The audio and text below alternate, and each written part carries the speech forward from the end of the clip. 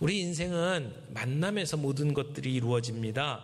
인생의 출발 자체가 만남에서 시작되죠. 엄마의 뱃속에서 엄마와의 만남이 있고요. 출생한 후에는 우리 가족들과의 만남, 다양한 사람들과 만나면서 저희들이 살아갑니다. 그러면서 그 만남 속에서 우리의 불행과 행복이 이어지죠. 그러기에 누구를 만나느냐라고 하는 것은 참으로 중요합니다. 누구를 만나고 누구와 함께 있느냐, 내 옆에 누가 있느냐가 우리의 인생의 질을 결정합니다. 그 만남 속에는 내가 결정할 수 없는 만남들이 있죠. 운명적으로 주어지는 만남, 부모님과의 만남입니다. 여기 자기가 부모를 결정한 분이 있나요? 아무도 없을 겁니다. 부모님과의 만남은 우리의 선택이 아닙니다. 필연입니다. 내가 결정할 수 있는 게 아니죠. 부모님에 따라서 내가 한국 사람인지 미국 사람인지 국적이 결정이 됩니다. 부모님이 누군가에 따라서 내 성이 결정되죠. 김씨냐 이씨냐 박씨냐. 또 부모님의 경제 수준, 교육 수준, 그분들의 인격, 그분들의 신앙에 따라서 그 영향력이 나에게 그대로 전수가 되는 경우들이 많습니다. 그러므로 좋은 부모를 만나는 것은 인생의 가장 큰 복 중에 하나라고 말할 수가 있죠. 좋은 부모를 만나면 그 영향력을 참 많이 받죠. 여러분도 좋은 부모님을 만나셨을 거라고 생각을 합니다. 부모와의 만남이 중요하다면 우리가 좋은 부모가 돼야 합니다. 자, 만남, 부모와의 만남이 있죠. 스승과의 만남도 있습니다. 훌륭한 스승과의 만남. 우리를 낳아주고 길러주신 분은 부모지만 우리를 성숙하게 만드는 것은 스승입니다. 유대인의 지혜서에 보면 이런 말이 있어요. 한 학생이 탈무드 신학교에 이제 공부하러 가기 위해서 입학시험을 치르는데 면접관이 이렇게 물어봅니다. 그대는 왜 이 학교에 들어오려고 하는가? 학생이 대답합니다. 예, 저는 이 학교에서 열심히 공부하고 싶어서입니다.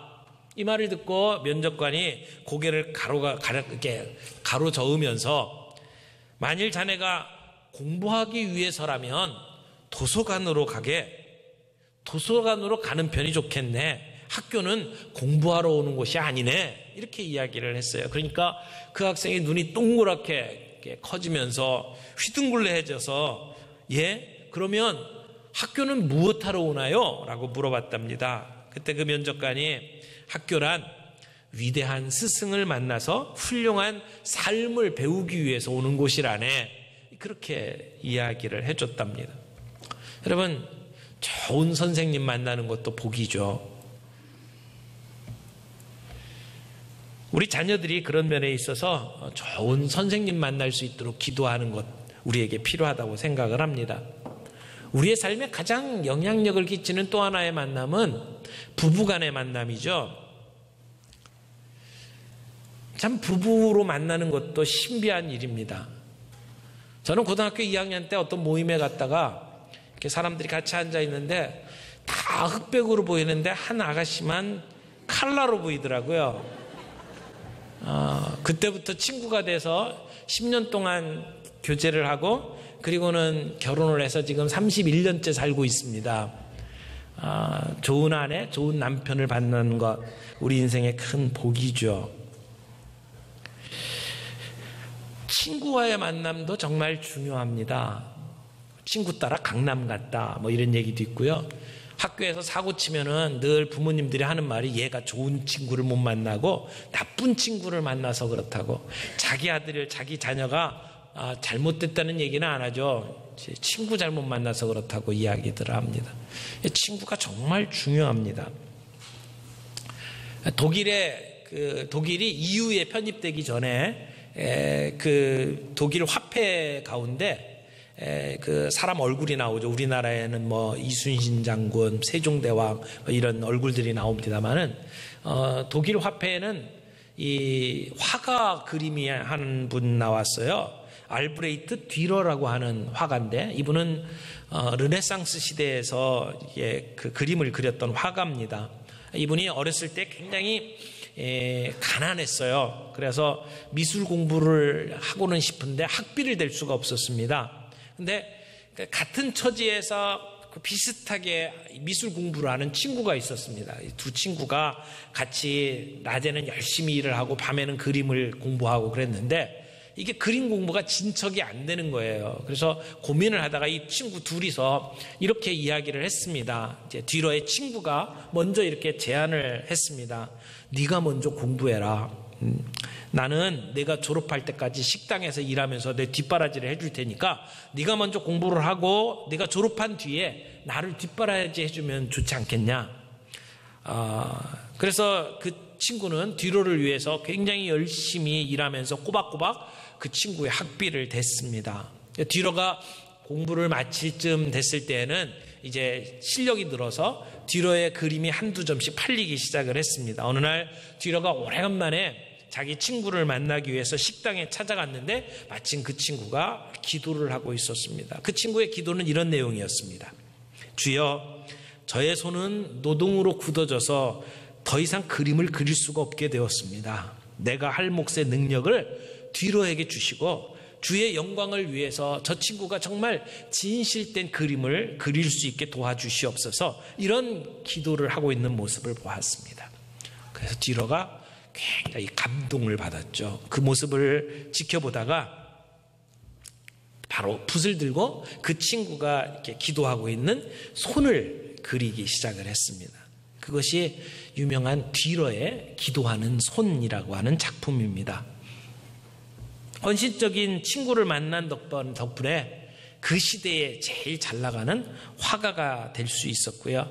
그는 늘 자기의 성공이 친구의 덕분이었다라고 감사하는 그러한 사람이었습니다. 여러분, 누구를 만나느냐에 따라서 우리의 인생이 달라집니다. 성공할 수도 있고 실패할 수도 있고 부자가 될 수도 있고 거지가 될 수도 있습니다. 오늘 여러분 모두에게 이런 복된 만남이 있기를 바랍니다. 그런데요, 지금까지 이야기했던 부모와의 만남, 스승과의 만남, 부부와의 만남, 또 친구와의 만남, 이 복들을 받은 분들이 있다면 정말 축복받은 인생이죠. 거기에 예수님을 만난다면 금상첨화라고 말할 수 있습니다. 그러나 이 세 가지, 네 가지의 복을 받았다 할지라도 예수 그리스도와의 만남이 없다면 그분들은 불행한 사람이라고 저는 감히 말합니다. 왜냐하면 우리의 영혼에 관한, 우리의 가슴 속에 뻥 뚫려 있는 그 구멍을 채울 수 있는 방법을 우리가 갖지 못하기 때문에 그렇죠.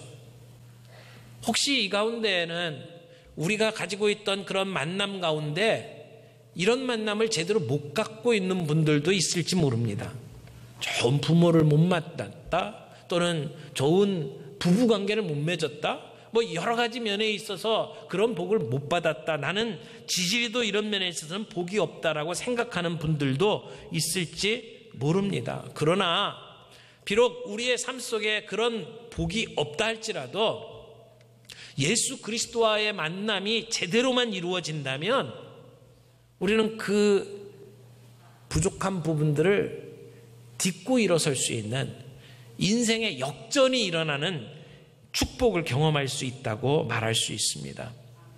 이처럼 우리 인간들 사이에서 일어나는 만남들이 우리에게 엄청난 영향을 끼치는 것도 사실이지만 정말 진정으로 우리의 삶에 영향을 끼치는, 풍요롭게 만들고 진정 인생을 행복하게 만드는 만남은 예수 그리스도와의 만남, 하나님과의 만남에서 완성된다고 감히 말씀드릴 수가 있습니다.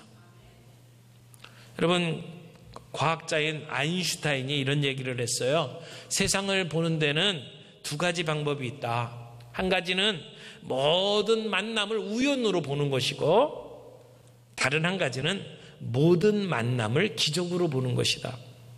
여러분, 우리의 만남 속에 하나님의 인도하심이 있습니다. 그 만남을 통해서 우리는 기적을 만납니다. 특별히 산소와 수소가 만나서 물을 이루는 것처럼 우리가 하나님과의 만남, 예수 그리스도와의 만남을 온전하게 경험을 한다면 우리의 삶은 기적이 될 것입니다. 예수를 만날 때 우리는 우리의 죄책감의 문제를 해결할 수 있고, 예수 그리스도를 만날 때에 우리는 우리의 삶의 진정한 변화를 경험할 수가 있습니다. 오늘 우리가 함께 읽었던 성경 말씀은 예수 그리스도를 만나서 인생의 역전을 경험하는, 요새 말로 인생 대박을 경험하는 그러한 한 여인의 이야기입니다. 이 이야기의 시작은 예수님으로부터 시작됩니다. 예수님은 수가성 우물가에 그 여인을 만나기 위해서 찾아오셨습니다. 어딜 가다가 들린 게 아니고 그 여인을 만나기 위해서 유대에서 사마리아 수가성 우물가까지 왔습니다.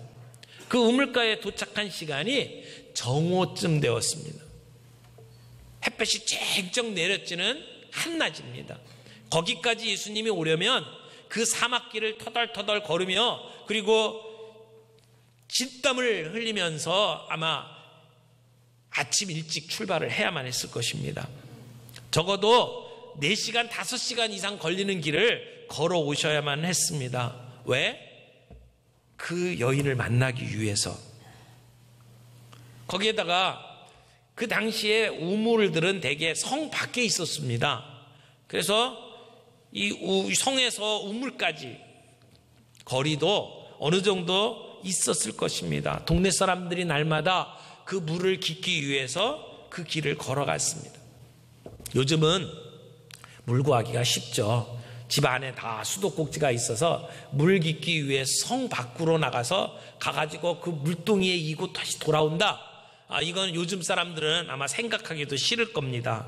그런데 동네 사람들이 오는 그 우물가에 한낮에 예수님이 앉아 계셨습니다. 그 여인을 만나기 위해서. 그리고 예수님은 한낮에 물을 길러온 그 사마리아의 여인과 대화를 시작을 합니다. 성경에 나와 있는 예수님과 나누었던 대화 중에 가장 긴 대화가 바로 오늘의 이야기입니다. 나중에 제자들이 성에 들어갔다가 예수님 있는 곳으로 왔을 때에 예수님과 그 사마리아 여인이 함께 이야기하고 있는 모습을 보고 깜짝 놀랐습니다. 성경에는 이렇게 표현합니다. 예수가 여자와 말하는 것을 이상히 여겼더라. 그러니까 상식적으로는 있을 수가 없는 일이 벌어진 겁니다. 사마리아인과 유대인들은 서로 상종을 안 했습니다. 인간 취급을 안 했습니다.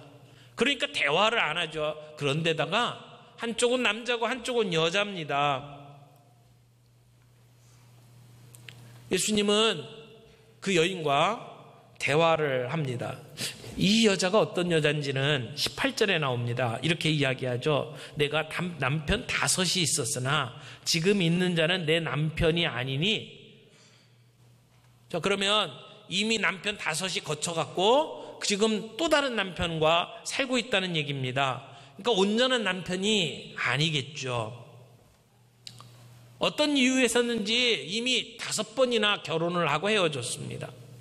그래서 사람들은 이 성경을 보면서 아니 5번이나 결혼하고 헤어졌다는 걸 보니까 이 여자는 성적으로 부도덕하거나 또는 부정한 여자구나 라고 생각할 수가 있습니다. 그러나 예수님 당시의 시대를 잘 살펴보면 그것이 아닐 수 있다는 것을 알게 됩니다. 왜냐하면 예수님 시대에 이혼은 굉장히 드문 일이었습니다. 거기에다가 이혼을 해도 남자가 주도하지 여자가 이혼을 주도할 수가 없는 시대였습니다.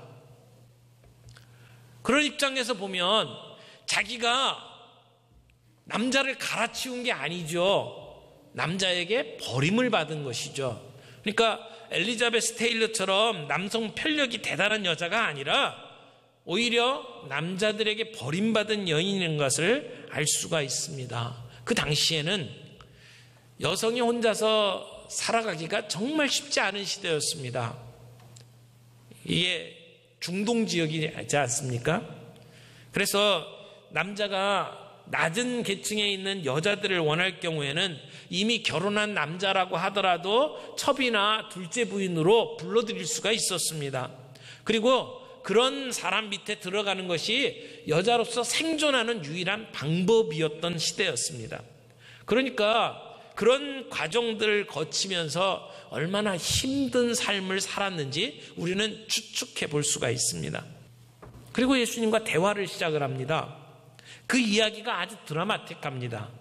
물 길러 왔던 그 여인에게 예수님이 물을 좀 달라고 이야기를 합니다. 그러니까 여인이 아주 시큰둥하게 이렇게 이야기를 하죠. 당신은 유대인으로서 어떻게 비천한 사마리아 여자에게 물을 달라고 합니까? 그때 예수님께서 하신 말씀이 10절에 나옵니다. 우리 10절을 좀 보겠습니다. 10절에 뭐라고 이야기를 합니까?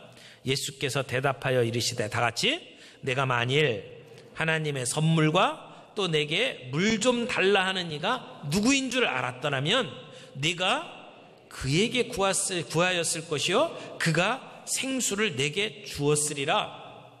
그러니까 예수님의 말씀은 내가 너에게 물 좀 달라고 했지만 내가 누군지를 안다면 네가 나에게 물 달라고 했을 것이고 나는 너에게 생수를 줄 것이다 라고 이야기를 하는 거죠. 그리고 그 생수가 어떤 효능이 있냐면 14절을 보십시오. 14절. 이 우물가에서 먹는 물은 물 먹어도 조금 있으면 다시 목마른데 14절. 내가 주는 물을 마시는 자는 영원히 목마르지 아니하리니 내가 주는 물은 그 속에서 영생하도록 솟아나는 샘물이 되리라. 예수님이 하시는 말씀이 뭡니까? 생수를 주시겠다는 겁니다.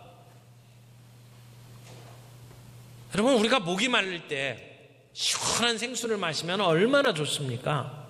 정말 추수하는 농사꾼에게 막 갈증이 일어날 때 그 목에 얼음물을 마시는 것, 그건 대단합니다. 정말 온 몸을 시원케 하잖아요.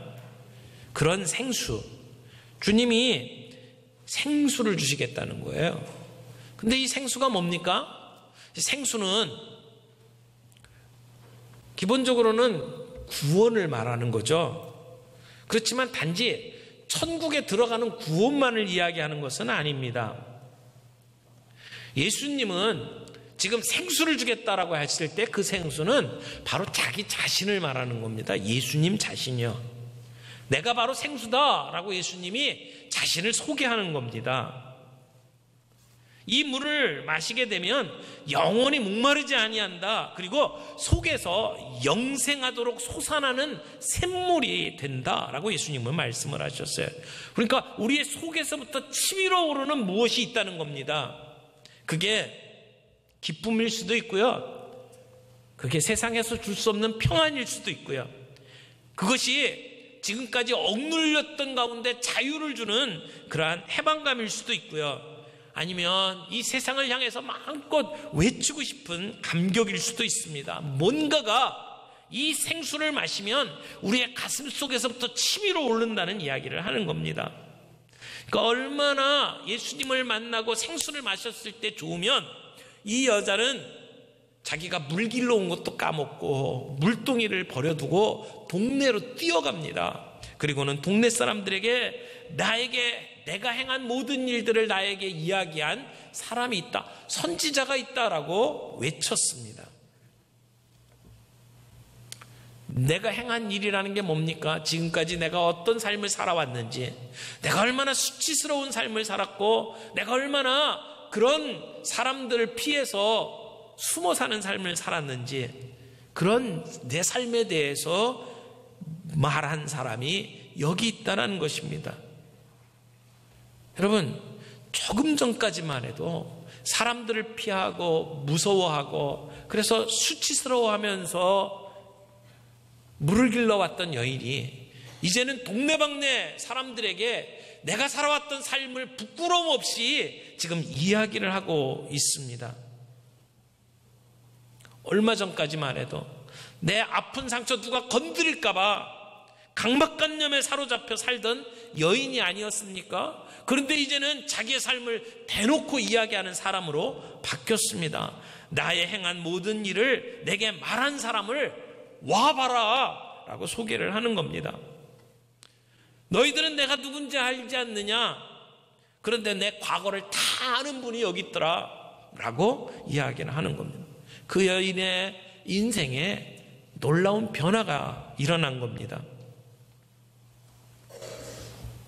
그 여자만 예수님을 만나고 복을 받은 게 아니라 그 여자의 간증을 듣고 그 동네 사람들로 예수님을 만났습니다.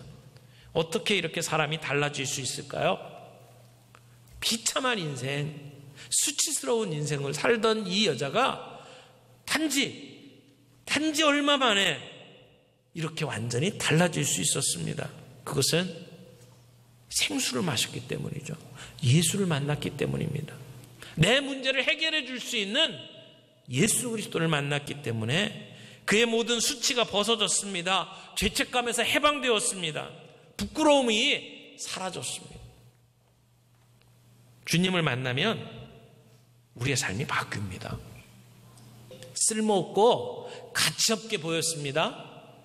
예수님을 만나는 순간 그의 인생은 새로운 인생으로 거듭났습니다. 예수를 만나면 새로운 인생이 됩니다.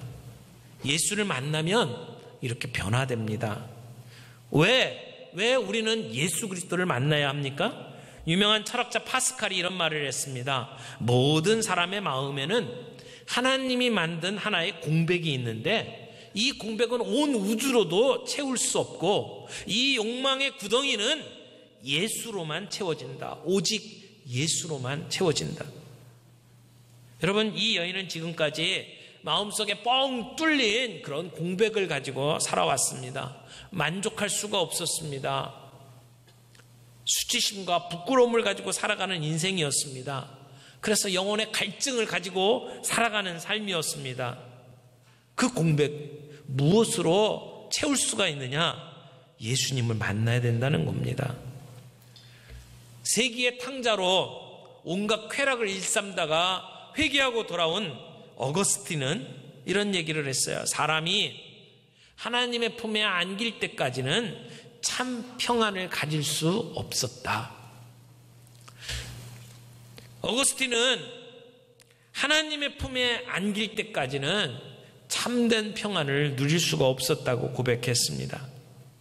예수 그리스도를 만날 때 우리를 지으시고 우리의 모든 사정을 아시고 우리의 그 문제를 해결해 주실 수 있는 예수 그리스도를 만날 때에 오늘 우리는 평안을 누릴 수가 있다는 겁니다. 그분 안에 참된 기쁨이 있습니다. 오늘 여러분의 문제는 무엇입니까? 여러분의 수치는 무엇입니까? 내 가문에 대한 수치입니까? 학력에 대한 수치입니까? 내가 지었던 죄에 대한 수치입니까? 나의 신체나 외모에 대한 수치입니까? 주님은 우리가 가진 모든 수치를 십자가에서 해결했습니다. 모든 우리의 모든 수치를 예수 그리스도께서 담당하셨습니다.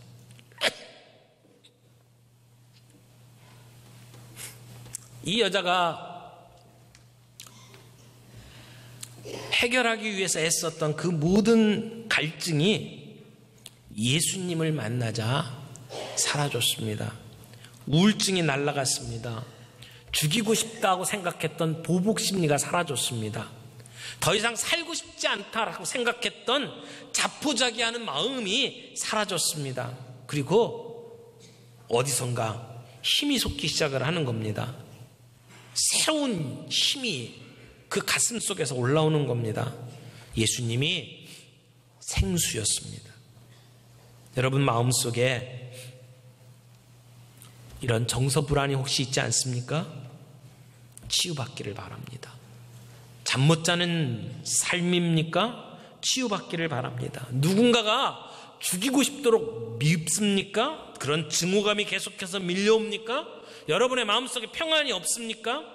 생수 대신 주님을 만나서 이 여인처럼 치유받는 은혜가 있기를 바랍니다. 우리 주님은 우리의 친구십니다.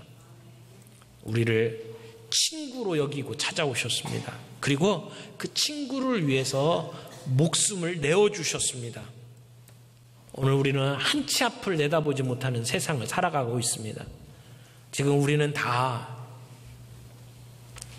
언제 전쟁이 터질지 모르는 불안한 마음들을 가지고 살아갑니다. 우리의 삶 속에 그런 불안함, 그런 수치심, 부끄러움, 그런 문제들, 여러분 그 문제 어떻게 하시겠습니까? 여러분은 무엇을 의지하면서 우리의 인생을 살아갑니까? 오늘 주님은 우리를 부르십니다. 수고하고 무거운 짐진 자들아 다 내게로 오라. 내가 너희를 쉬게 하리라.